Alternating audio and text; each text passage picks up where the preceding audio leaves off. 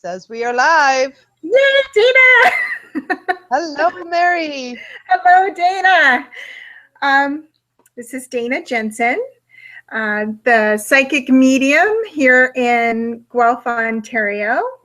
And Dana's joining me for an interview today, my first live interview, and we have had nothing but problems trying to get it going, but I think we conquered it now, right? I think we did. I think we're live now. Nice to be here, Mary. Thank you for having me. Thank you for joining me. So first off, tell us a little bit about what you do and how you sort of got started in the spiritual business. Okay. So I do psychic readings for a living. I also do workshops. So how wonderful that you get to be able to do what you love for a living. I've always been interested in the supernatural and the paranormal. It's always been a part of my life, even as a child. I remember seeing things other people couldn't see, and so I always knew I was a little bit of an odd bird, but for the most part, yeah, I remember my aunt trying to make me go to sleep at night. I was probably about 4 years old, and I remember seeing gorillas in my living room.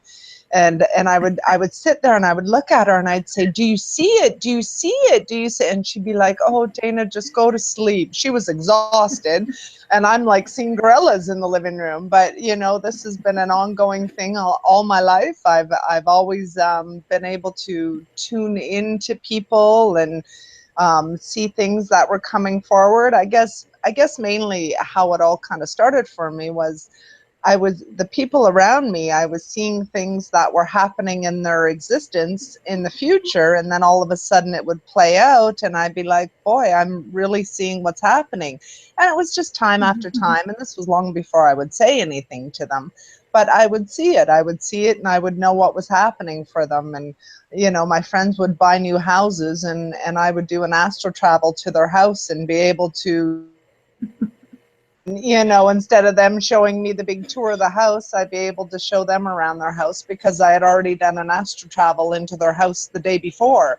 So lots of things like that. So I'm really happy to be able to do this for every day. I get to do it every day, and I love working with people and helping them and tapping into their spiritual essence, because we all have it. But it's a good gig, that's for sure.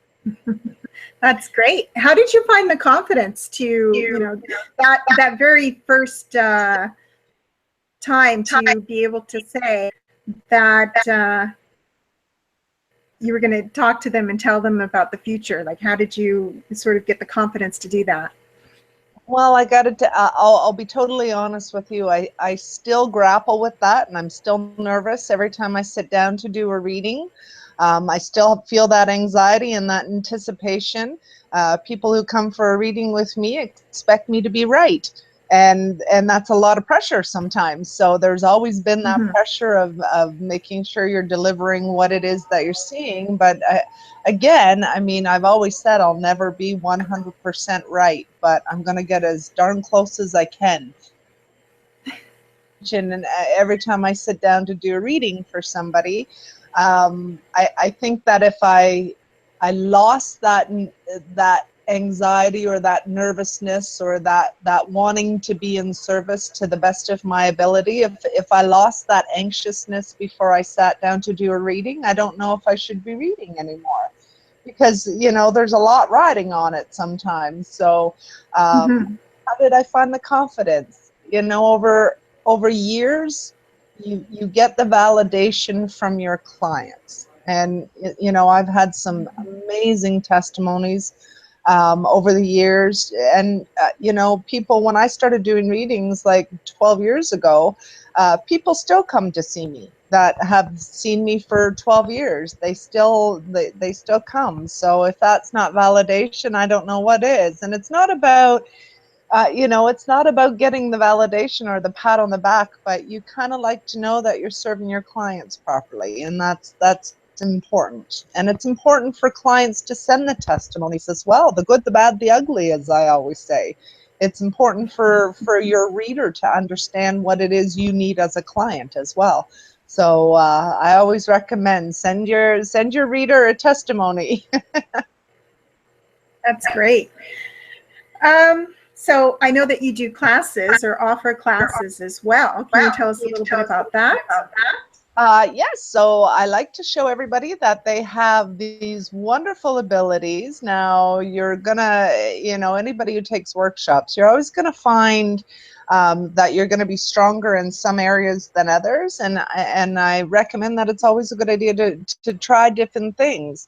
I love teaching. See, the interesting thing is I don't always think of myself as a real good teacher because I know how to read people. It just comes very natural to me. I know how to kind of step into their vibration.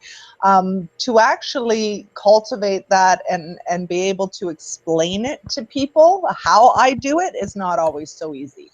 So I always think, oh, just do it, because that's what I do. I just do it. I just get there and I'm ready to do the reading, and it does come easy to me. And I guess maybe sometimes I don't always understand that it doesn't come as easy to other people sometimes, and I have to be mindful of that. So I always put these courses together and just try it. I do a little bit of remote viewing and psychic development, and we want to expand the pineal glands. I mean, that's exactly what it's all about. We all were born with a pineal gland. And we want to, and really the water is trying to keep the pineal gland from working. That's why they put fluoride in the water. That's the main reason, by the way. I know we'll go a little conspiracy here, but I truly and spiritually believe that there is fluoride in the water to shut down our pineal gland. So it's very, very important to drink clean water. So you can keep it active and going, but everybody was born with one. Everybody has this, so they have this ability. Some are going to be stronger in some areas than others, and I think that's fantastic. Some people will have stronger talents in scrying. Other people do remote viewing very easily. I know you've done my remote viewing course, and you probably find that as easy as you found the scrying, because I remember watching you when you were scrying, and you were totally getting into it. You were like right there, the whole thing was going very good for you. But I knew with the remote viewing you were having a little bit of frustration, and maybe it was the process. It wasn't about the ability, it was about the process that I think you found frustrating. I easily astral travel. So like you said, doing a home tour like that, I do that on a regular basis. So right. I don't know why I had a hard time. It must have been a very different... I think it was the process, Mary. I think because you naturally know how to do remote viewing to begin with, to do your remote viewing in a different process is maybe not so comfortable for you. And it wasn't that you didn't have the ability, it's just that it was a different process from what you're normally used to. And that was important for you to know that. It was important for you to understand that you have your own way of doing this. And that is what psychically being tapped in means, is that you recognize that remote viewing in the process that I show it to people is not your forte, but that you do have the ability to do it in your own way. So, well, the way you teach it is the classic way that the military taught it, right? That's right. That's right. Because there's a format to it. There's a formula to it. There's a format to it. And people who are not naturally inclined need a format. So that's why I do it that way. But you? Yeah. I was already doing it anyways. Right. I did that on a normal basis. I was doing that when I was a child, and I think it's a fun way to test your psychic abilities. If you're going somewhere and it's a new place and you've never been there, try and travel there in your mind and see it. And then when you get there, you can test whether you were right, whether you were wrong. It's just a neat little way to prove whether you're actually seeing what you're seeing. And that goes back to the validation as well. So you're seeing Mhm. things as you're moving forward. You have a precognitive vision to something that's coming up in the future, and then you get there and you see it. Well, there's your validation right there. And Like the cash register was on the right that day, and I predicted that, didn't I, that's Dana? right, exactly. You're in the inside story. You could see it before we even got there. You were drawing it. You were drawing it So out of. that's fascinating. I love stuff like that. Yeah, me too. So, talking about types of divination, what are your favorite types of divination, and what do you prefer to use?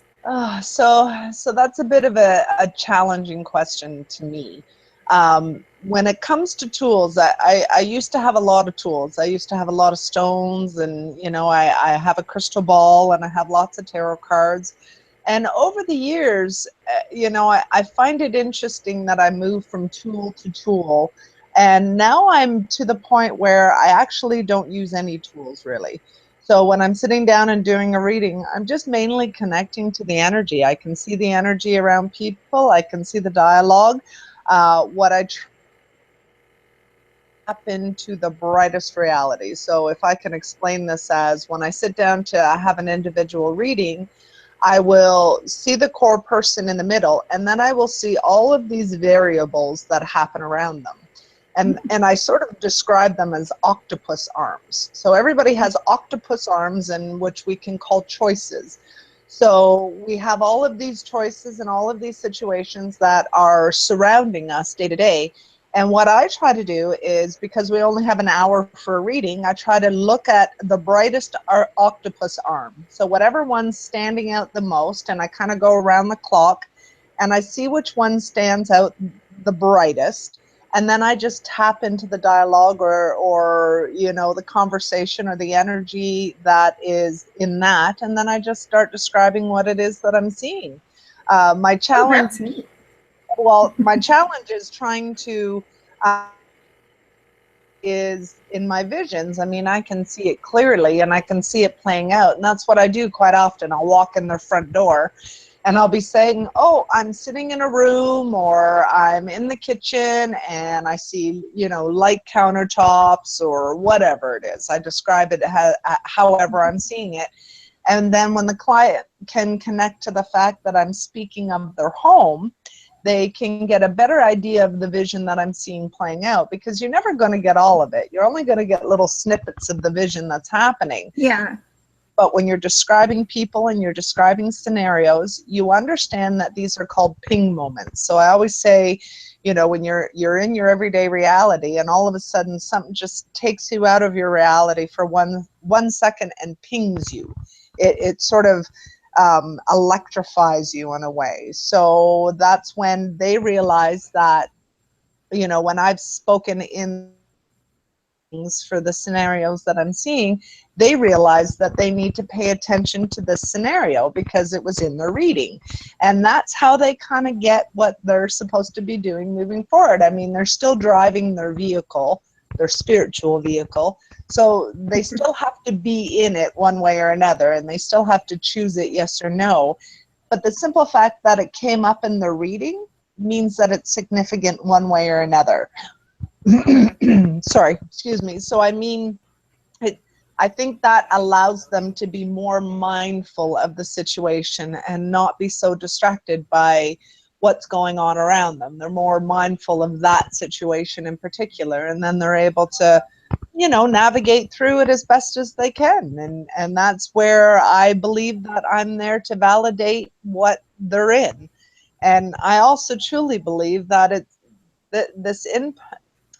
the imprint of what they're creating comes around in their energy.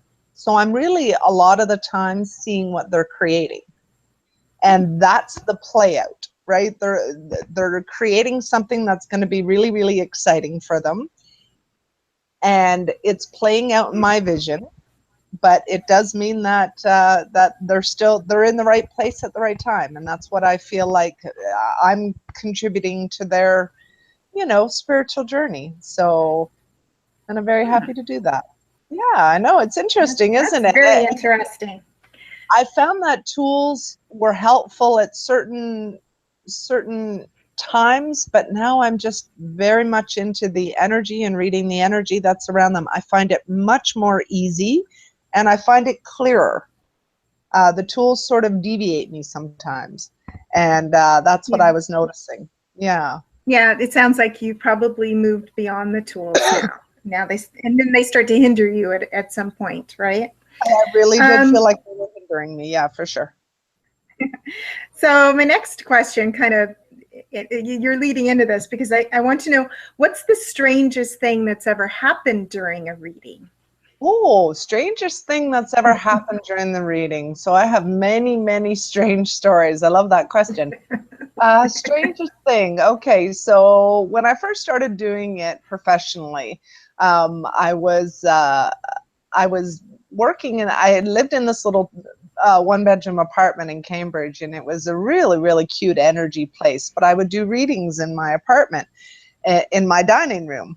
And we'd sit there and we would have readings, and lots of strange things were happening. Like Spirit kept this one young lady my crystal ball. And I'd be in the reading going, no, I'm not doing that. What are you talking about? Right. So I'd be arguing with Spirit on don't know. And I kept hearing, give her your crystal ball, give her your crystal ball. And I'm getting mad because, I mean, crystal balls, that was $100, so not to put a money on it, but you know, this is what I dragged with me everywhere I went. But there was some very strange time, and that was one. So I ended up giving this young lady, as she's walking out, she books a half an hour reading with me, and as she's walking out the door, I said, Spirit has told me to give you this. And she was totally stunned by this, and I was stunned by it too. And then I sat there after it was done, and I was like, really, you made me do that? And I was just very, very with the whole thing. But that wasn't the strangest thing. The strangest thing is during that time there was lots of things that were testing my faith, and testing what it was that I needed to do and how I was growing. And I was new to the business, so you know, I would drive school bus and do readings during the day, and there were some very strange things that were happening. But I had this one young lady who sat there for a reading one day, and all of a sudden I look over my right shoulder, and I can see this head that is, and I know this is going to sound a little bit strange, but I can see this head, this transparent head that's the size of the room. I mean, it's taking up the whole room, and it's so close to me that I actually can't get a clear vision of it. But I'm looking at it, and I'm taken out of the reading because I'm like, what is this? You know, I'm looking at it, totally surprised by this anomaly that's hanging over the here. And then I'm in my rational brain going, am I seeing what I'm seeing? Because this thing, it was just a head, and it probably like about 5 feet tall or 5 feet in diameter. And it's so close to me that I can't really focus on what I'm seeing, and I'm not registering what's going on. And then all of a sudden it just disappears. And then does it not come back, but it's looking at the client. So in the beginning it was looking straight on me, and then all of a sudden it disappears, and now it's looking at the client that I was reading. And I could see the distinctions, the nose, the mouth, and I've seen lots of spirits, but never that big. They were never, and never just the head hanging there in you know, midair. And but the only thing that registered to me was the side view. When it was straight on to me, I wasn't sure what I was looking at. But then the minute it went side view and started looking at this young lady, I was so totally amazed. And all I heard was, tell this young lady she is going to be the best nurse ever, and I'm going to help her. So I said this to her, and it wasn't probably about, oh, I don't know, about 6 or 7 months after that, she sent me a testimony telling me that she was in nursing school, and that she was going to be doing different stages of nursing and doing different kind of practices and then specializing. I've heard from her since, and she is a very recognized nurse. She's been a nurse ever since. That was 12 years ago.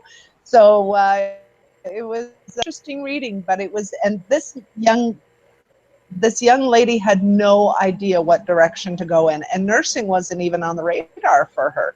So for me to tell her that out of nowhere, it was this giant angel, I'm sure is what it was, that that was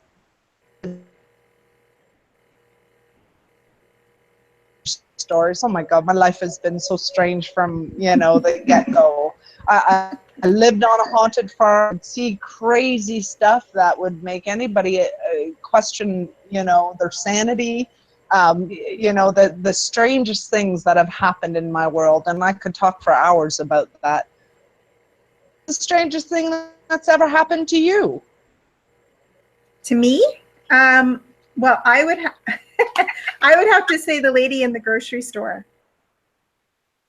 Grocery store. Yeah, she okay, so she is the only ghost I've ever seen corporeal, like actually there. Oh, right. Yes, yes. Normally it's in my mind's eye. You know, I'll see them, but they're not actually there. And this lady, she followed me into the grocery store, and I could hear her talking behind me. And she was talking to somebody else who was with her, but I couldn't see who was with her.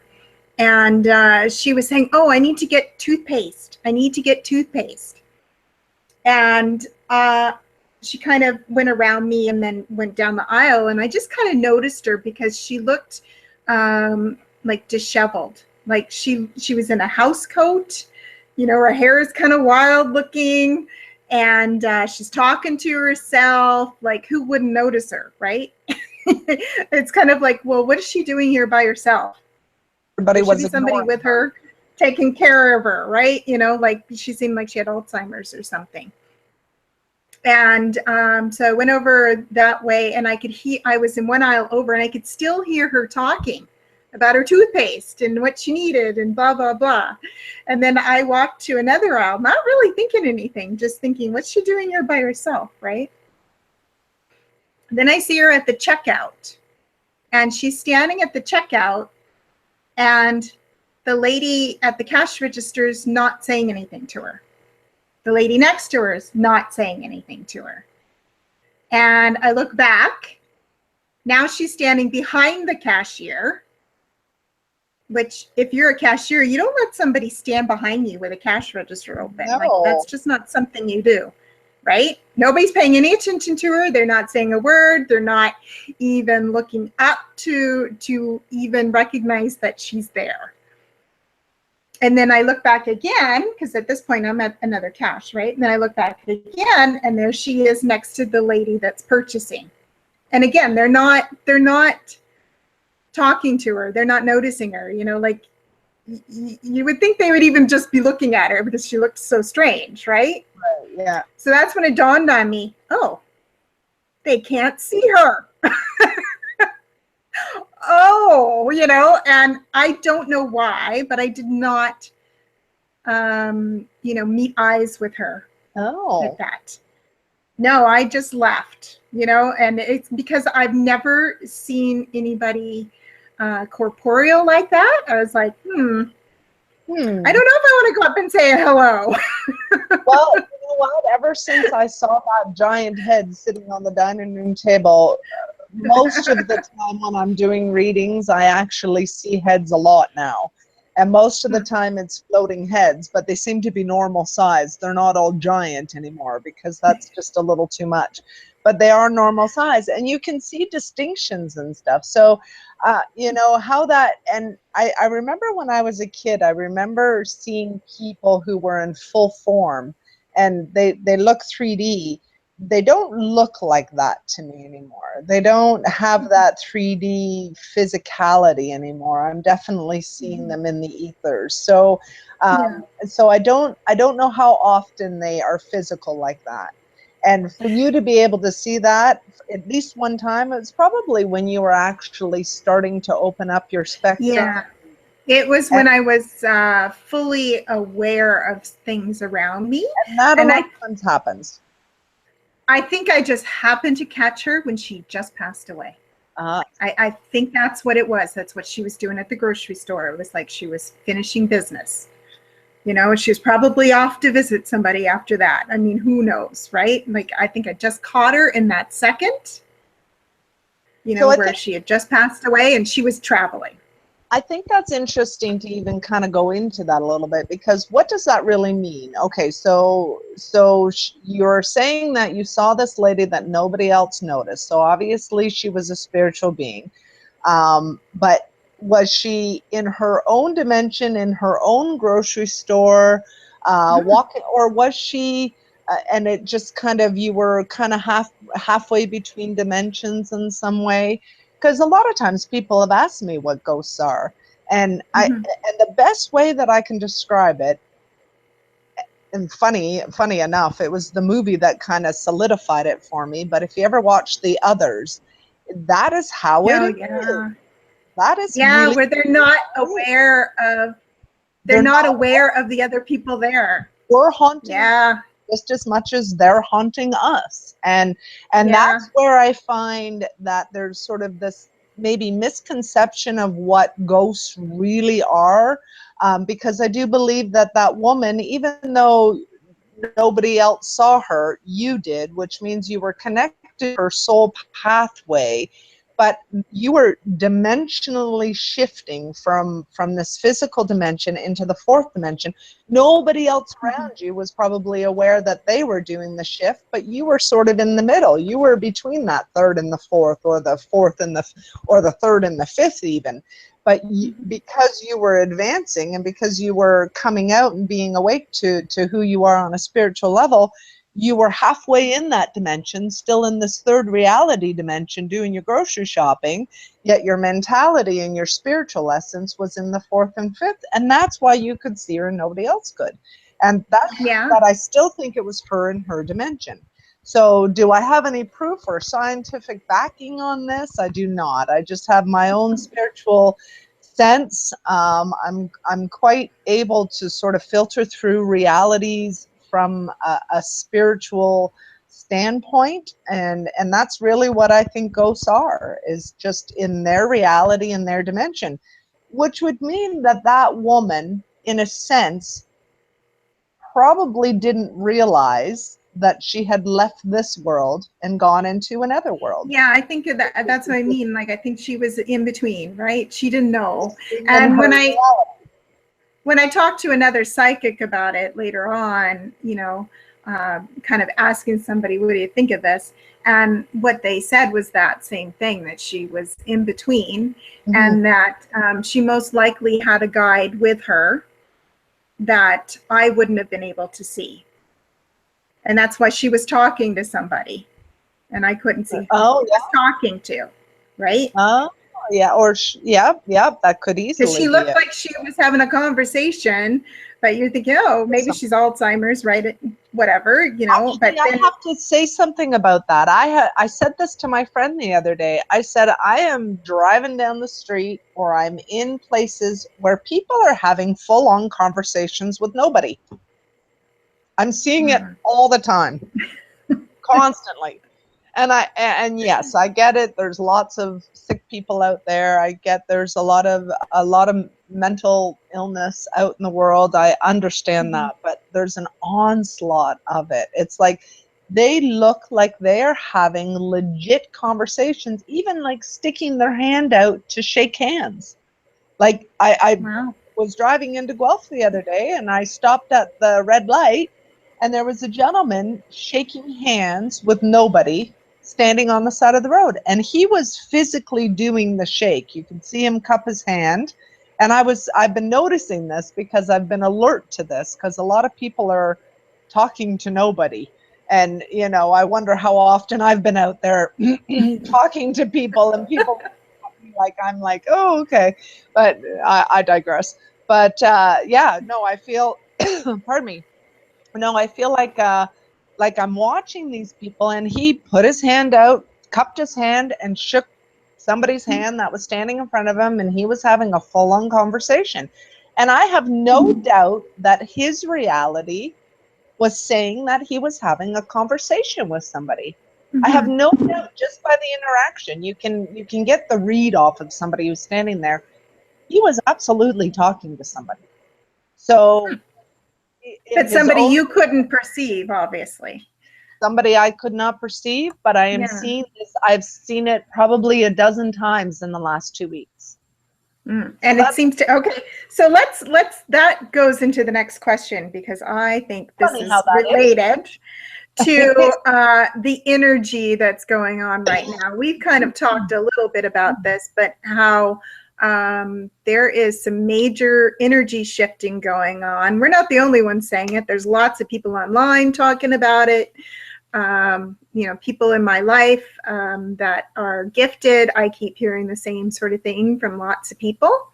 So what is your take on what our shift is right now?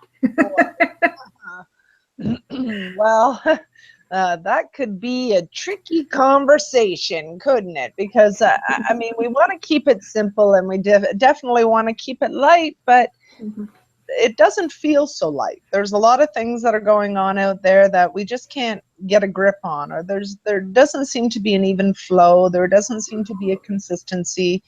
Nobody seems to feel right. You know, they don't know what's going on. They don't understand what it is. A lot of times people are feeling that pending doom, yet nothing happens, right? So I don't know how many times I've heard that. It's just like, oh, I feel so terrible. But I do believe that there is these ascension shifts that are happening more often, more frequently. We're not able to adjust to the ascension before another one comes along. And I just feel like we're rapidly ascending into this third, fourth. Well, we're in the third, but we keep rapidly ascending. And when I say fourth and fifth, it's not. It's almost like we're on top of each other. So we have these layers on top of each other, and there's so many people that are kind of flux. Challenging place to be, because, you know, are we supposed to be in this reality? Are we supposed to be ascending? Are we supposed to be following our spiritual bliss? And then everybody is so caught up in reality and everyday drama that's going on. So how do we find an equal balance in what it is that we're doing? People's health is kind of off. People don't know what's wrong with them. They don't feel good. They're tired. They feel terrible. They can't get their heads straight. Lots and lots of people are talking to me about that as well. You know, for a long time I was having a rash of women who were coming to me who couldn't have babies. They just couldn't get pregnant, you know, and they were young, healthy adults, and, you know, the husband and wife, they just couldn't get pregnant. So there's a lot of stress that's going on out there, and I just don't think people have a real understanding of what's happening, and then we're not staying grounded the way we need to. Life is busier than ever now, and everybody's always on the go and running around. So how do we even tap into the meditation of things? How do we tap into the grounding of things and getting clear when we don't even have time to take a bath half the time? So I find that people are struggling find that balance. I think that's been going on for years.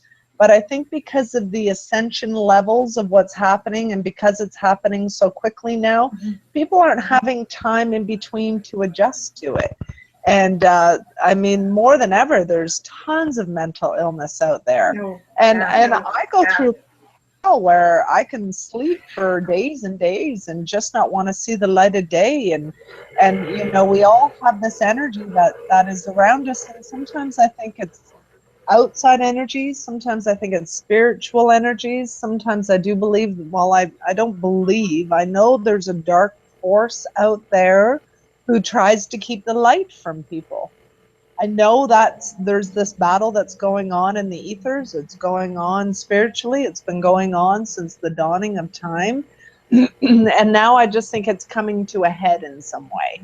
So, and I think that's sort of that pending doom of what we're feeling. But again, with the false flags that are going on, we're always kept at the edge of our seat. We're always looking into the propaganda of things like that. The news doesn't help us in any way. In fact, there's way too much negative news. And I mean, if I were to tell you that I think that that London Bridge was a false flag event to divert the public's attention from what's going on in the Trump administration right now, it makes complete and total sense. But not only that, I watched the live feed, I don't know, for about an hour. Do you know, I felt no empathic imprint whatsoever. It just felt scripted. You know, when I see this poor little boy in St. Catharines who was murdered by his stepfather, I felt like crying. I felt like I could see the family. I could see the absolute sheer pain that they were in. And not only that, I could see the whole family. And I know we get desensitized, but the simple fact is that they're all a distance away from me. And when I can feel one thing and not feel another, it shows me that I need to kind of look at it from a different, well, why is this coming out? And why am I feeling nothing from this? And because if there was a bunch of people who were killed, families were sitting there with this horrific event that's happening, I would be able to feel them. I would be able to see them. I'd be able to tap in. I have lots of clients in London, and they call me for Skype readings. So I'm definitely reading over the pond, and I'm absolutely connecting to my clients in London. So why can I not connect to the families who have lost their loved ones in this terror attack? And it feels fake to me. And I have no proof of it, and I can't go and attack the media. But when I'm sitting there tapping into it, and I just feel like a lot of this stuff is happening around our everyday everything. And no wonder people are feeling so off. And yeah, and we've talked about being an empath before, so I'm very empathic. I'm very empathic. And I read people's thoughts. Have you felt like this is ramping up as far as like feeling the energy of other people right now? Not only universal energy, but absolutely just people on a daily basis. What has that been like? To their core. It's getting into their subconscious. It's getting into their subliminal. And I see this stuff being put out there, and it's designed to do that. It's designed to penetrate you. And if you have any kind of heart, you are going to be paying a lot of attention to these events that are happening around the world. And, you know, this is the thing. They're counting on nice, caring people to be mortified by this. And that switches our energy. And well, I have to tell you, as an empath, I've stopped watching the news ages ago. You need to stop watching. Like, I can't watch the news. Life is change. That's what it is. I can enjoy a movie, no problem, watch whatever. But if it's real, if it's on the news, I can't watch it. I haven't. It's not real. It's not. I haven't watched a newscast in I don't know how long.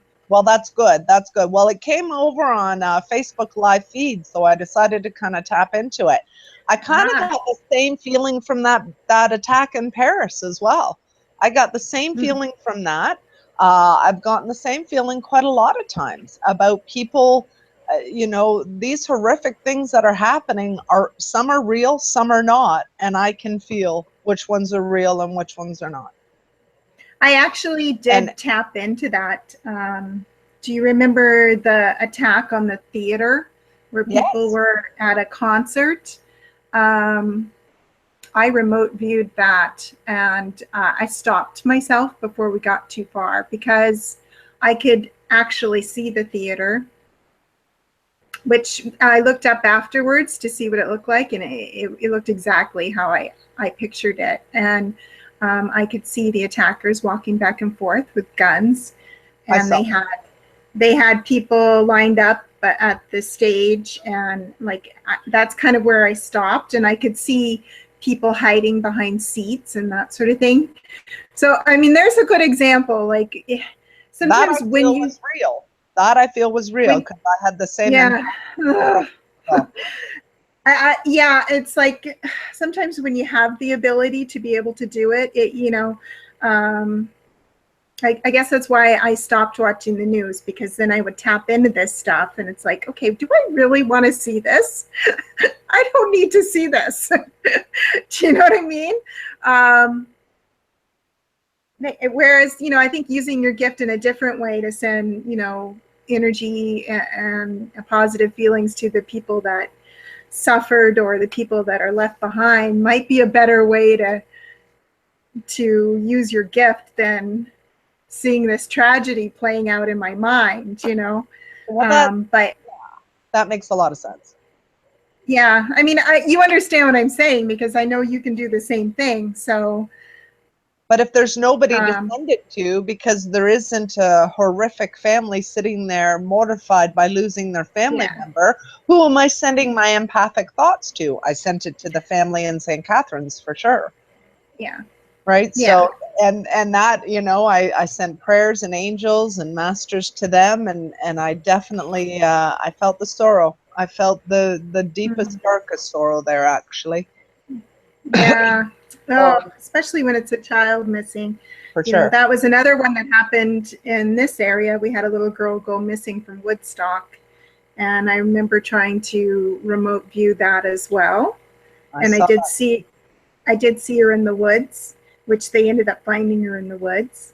Yeah. But yeah, that's another, like when you're watching stuff like that, you can tune in and try and send help and that sort of thing. But who am I to call up the police and go, go look in the woods? Well, I actually had a client from there. No, it's true. Yeah, go look in the woods. The police want the north and south directions, that's for sure. But I actually had a client who her daughter went to school with her. And she called me and she says, Dana, is there any chance that you can kind of tap into that? And I had told the lady, I said it wasn't good. I said she wasn't alive. And I said, I would have a very hard time telling her mother that. And I said, the only thing, I need to talk to the mother if that's the case. Yet I didn't want to. I really didn't want to, because there was no confirmation at that point, but everything inside me said, there's no longer life here. And it was a very, very sad thing. And I even knew that young lady who died in Mississauga. This was years ago. I knew where she was too. And I knew that she was cut up, and I knew that this man was jealous rage and killed her by accident. I knew that he was going to turn himself in. And it all came about. That's exactly what he did. And I remember the gentleman that I was dating at the time, we went for a drive because I said, the body is like north of Ajax and Whitby. And we didn't go as far north as we needed to. We didn't go as far as we needed, but it was exactly north of, right in between Ajax and Whitby. And it was clumped in a bunch of trees beside a red field. And I kept thinking, what's red? What's red in the fields? I couldn't quite figure out what it was. But then when you get there, soybeans, when they're drying out, become red. Wow. So, and that's what it ended up being. But I knew this gentleman would turn himself in. And that's exactly what he did. So, wouldn't you say this is the dark part of being an empath? Being able to tune into stuff like that. It's not like how they play it out in the movies where it just automatically wakes you up and stuff like that. At least not for me. No, it's a piece of it. I don't know about you. No, usually it's puzzle pieces. Yeah, it's like if I try to tune in, then I can see it. Yep. Another sort of interesting side note was when the witch community, pagan community, was doing the spell against Trump, which I didn't participate in, but when they were doing it that night, I dreamt of Trump. Oh. And I dreamt that he was the Grinch. He was green and he had blonde hair still. And I saw his heart, and his heart grew 3 sizes and broke the cage, just like in the movie. Huh. Trump. So it's like sometimes I'm tuning into stuff I don't even mean to tune into. So And then how do you make sense of that? Because it's like, okay, does I the guy have a big I heart or don't what? I don't know. Maybe I was sending some kind of, good energy. I don't know what it was. I was trying to grow his heart. I don't know. Maybe. Well, it's funny because I see this London attack that's happening, and I guess the local news, or I guess the current news, is that all Trump's campaign communication was recorded and tapped, Right. right? Right. So Yeah, that I read that. happened the same day, right? So it happened the same day. It was released the same day, plus that terror attack happened the same day. Sounds a little too convenient, if you ask me. Oh, I see. I see. Yeah. So I don't know. I don't know. Maybe it has something to do with it. So we are getting to the end then. I have two more questions. Okay. Tell us your best ghost story. Well, we kind of already went into ghost stories, but maybe, something to do with like paranormal hunting or anything if you have something really cool. Oh, well, I actually have lots of cool stories when it comes to ghost hunting. As I said, I lived on a haunted farm growing up. So we always had ghosts that were there. I would always see, I don't know if they were called hellhounds, but that's the best way to describe them. And I would see them at the back of our property. I'd look out the window and I would see these upright dogs walking around, and they scared me. They never came to the house, though. It was funny. They never came to the house. They always stayed in the back, and we had lots of big trees that we had fields and fields of Christmas trees. And I would see them walking in between the Christmas trees, and it was very, very strange. And then about 20 years later, I ran into a lady who used to drive by my farm when I was a child. She would drive by it every day, and she goes, "I got to ask you a question." She goes, "Did you ever see any like shadow dogs or anything that were around your property?" And I kind of looked at her and said, "Why do you ask?" And she goes, I have to make a confession. I would drive home stoned and drunk sometimes because I was young and stupid. And she goes, and I could never distinct whether or not I was actually seeing things, but I would see these dogs at the side of the road on Guelph Line. And I would be like, "Oh," Wow. and she'd go, right by your property. And I was like, "Oh yeah, I saw them a lot when I was a kid." So no, you question whether or not your reality is that. I know my mom has seen them too, but you question your reality. It's nice that you get confirmation a little bit later in years that other Mhm. people were seeing that as well. And around Yeah. Guelph Line and in Campbellville, there's a lot of interesting spirits. I do believe one day I was driving down the 401, and right by the bridge, Appleby Line, I remember it distinctly. I'm driving and it's slow and it's traffic, and I'm looking out, and all of a sudden I see this thing out of nowhere, really, really tall, fly straight up in the air from the bridge. Like it just flew straight up in the air, and I could see it. And then it was so dark that I couldn't see it past that anymore. But I thought, how strange was that? And there was tassels hanging from it. And so I don't know what that was. It was huge, though. It was probably about 10 feet tall, this thing. And it flew as fast as could be straight up in the air. And I'm like hanging out the window trying to see what it was. And so other stories. I mean, I'd talked to a little gray alien. He told me to call him Bob, and I know this sounds a little crazy, but it's true. What else? And I see animals all the time. And you know what? I had a cat named Misi growing up. Had him for 17 years, and I still feel him climbing on my bed at night, just like he did every Oh, time. So he still sleeps with me every. Wonderful. So interesting enough, I don't know if this is a ghost story, but oh, somebody okay? I don't know if this is a ghost story, but the best time I've had with my mom coming through from the other side was I was doing a reading one time, and this lady came in, and she didn't, and I've told the story, so forgive me if you've already heard it, but I think it's such an important story. And this lady came in, and she was going to have a reading, and she goes, I don't know if I believe in this. And I said, okay, well, no problem. She goes, but my friend insists I come and see you. And I said, okay, well, let's go back and see what's what. So we go back into the office, we sit down, I do my routine, get ready for the reading. And the funny part is my mom had died a year before, and I hadn't seen her since she had passed.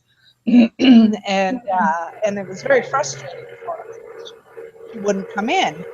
And so I start proceeding, and I see this young lady standing there, and she's got brown hair, and I start describing her, and then all of a sudden my mom is standing beside her, and my heart starts racing, and I'm like, now, Mom, you pick now?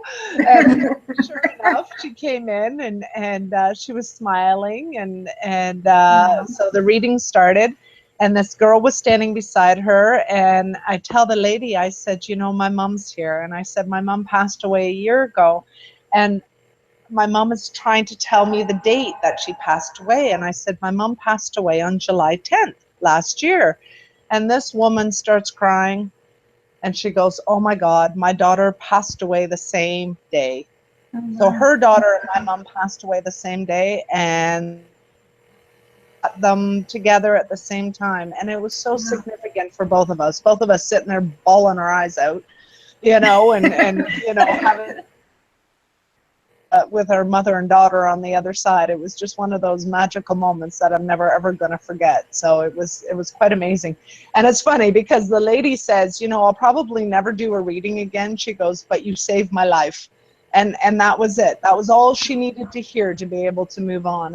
And you know, if I could help her out that way, it was really significant. So lots of different ghost stories that come about. I see people in the back of my car all the time. So that gets me off a little bit, but passengers. I get lots of passengers. And you know, I've seen some things that you can say are part of your reality that may not necessarily be a ghost, but you know they're not of this realm. Are you know, not like soul beings like most people out there. Every once in a while somebody will walk by me and I'll just be like, whoa, what is that? And you know, it's a very strange feeling. It's a strange anomaly. You don't know if it's a ghost, but you know it doesn't feel like every other average person out there. I do know what you're talking about. Yeah, I saw somebody downtown just a few days ago. And you're sitting there going, are they real? Are they I don't know what it, and it's, you know, like you said, it's odd. It's just an odd feeling, like. And that's where I think it's the dimensional shift. And that's why I'm saying, how do we distinguish between ghosts or dimensional people, or we're split between two dimensions, and that's what makes it uncomfortable sometimes, I think. So and even I don't know. All I know is they stand out above everybody else, and they're just people. They're just people standing there, but there's something not quite right, or something not quite soul driven in some way. It's not, I can't say that they're soulless, but you know, I can't even describe it really. All I can say is that they're just not like the average folk, and this is they're different. And a lot of times they take my attention. A lot of times I get caught staring at them, which is kind of embarrassing sometimes, so because they're like, I'm like, what are you about, you know? And I wonder sometimes. I always get caught staring. They can immediately feel me looking at them. Oh yeah, absolutely. And I can never get away with just staring at somebody because I find them interesting or whatever. They will immediately know. I've gotten in trouble for it before. I've gotten in big trouble for it before, and I'd be like, no, I'm just looking at their aura, really, and they don't fall for that either. So. Well, really, I'm not staring at your partner, really. Oh boy. Oh. Yeah, I think that comes along with, you know, being kind of psychic and having, you know, a different energy about you, is that people can just detect you very easily. And you're curious. You're curious about people. You're curious about their story. You know, I remember one night I was dating online, and I went out for a date at a restaurant. with this gentleman, and I looked around, and every single other couple in this little patio that we were sitting on were on their first date. And I could totally tell that from every single person that was sitting there. And I thought, this the night for dating, or first dates? But yeah, you can tell the energy of people, and I'm Yeah. fascinated by people. So how can Yeah. you stare at them? Yeah, exactly. I just find people interesting. One of those Me too. people watchers. But Oh yeah. okay, so we're at the end. But one last question: what would you like somebody that was just discovering their talents, their gifts, and they just want to start out? What would be your advice for them? Okay. First of all, you don't want to put the pressures on you. So if somebody's just starting out, we don't want to necessarily put a price tag on our readings, because then all of a sudden that becomes a different entity. So anytime we kind of combine money with the reading, it turns into something else. So I always advise, when you're getting really, really secure with your abilities, you'll understand your worth as you go along.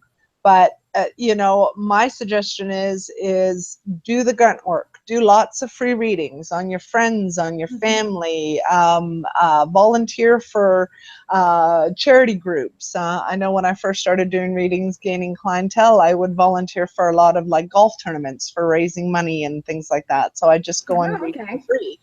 And that way it builds you confidence. You understand what it is that people want to see. Not only that, you do resonate with you. Not everybody, but if they see you and sit with you and you're doing your best, then they're going to resonate with you as well. So I recommend doing lots of free readings for a long time. Like anybody, like the pilot has to fly thousands of hours, well, so does the psychic. The psychic has to put their dues in, and don't put the money connotation on it, because it does change it. So, Yeah, and that's good advice. yeah, well, and it's true. It's very much Mhm. part of it. So yeah, that's what The I money, recommend. the money will come when you're confident, right? That's right, and you'll be able to know your worth. You'll be able to understand what you're worth when the time comes, and you don't want to bring down other psychics by having your prices so low, and you don't want to go so high that you're unreachable either. So psychics are not cheap, no matter what way you look at it. You kind of Yeah. want to follow a consistency, and be in the range of what other readers are doing as well. But you also want to feel confident that you're working for your money. And I think a lot of people go out there thinking they're gonna get rich doing this, and I got some bad news for you. So what you love, and it'll. I'm still in the free, low range. So That's okay. That's okay. I mean, I was there for a long time. I charged peanuts years ago when I was doing readings. So it's a good place to start, because then you also feel good about what you're doing, and you're not breaking the bank for people, and that you can walk away proud. And I still do lots of free things for people. Just because not everybody can afford to come and have a reading, but that doesn't mean that they don't just. It's a little challenging sometimes, because one person might be asking me a question, but they don't realize that 6 other people have asked me a question as well. And all of a sudden I'm sitting there answering questions for hours sometimes, and there is no compensation for that whatsoever. But you are in service. You are that person, and you are in service. So who are you to say, well, today maybe not so much, but so there is quite a dance when it comes to money and readings. But if yeah, you're just starting, really do what you love. Don't worry about the money. The money will come, and you'll know what your worth is in time. You really will. And it really won't take that long, especially if you want to do it for a living. See, my intention was to do it full time. I wanted to do this full time. This is what I wanted my whole life to be around. And I thank the lucky stars that the last 8 years I have been doing this full time. I don't have any other jobs. But for a long time, it was just sort of, I was really, really happy when I had a good week, you know, but a little part-time job on the side. So yeah, so yeah, you know, that's all I can say with that. Don't worry so much about the money. Do what you love. Great. Well, I So, think we're going to wrap it up, Dana. And can you let us know where your website and where everybody can find you? yes, they can find me at danajensenspsychicmedium.com, or you can visit me at my YouTube channel, which is Dana Jensen. So you should be able to find me. You'll find Mary's face there too. So that's good. We can listen to Mary's conversations as well. And I also feature at the Ninth Vibration. I do lots of Skype readings all over the world, so wherever you are in the world, don't hesitate. And believe it or not, psychics can read you across the ocean. So yeah, have no fear. So that's all it is. And Mary, thank you so much for having me today. Thank you, Dana.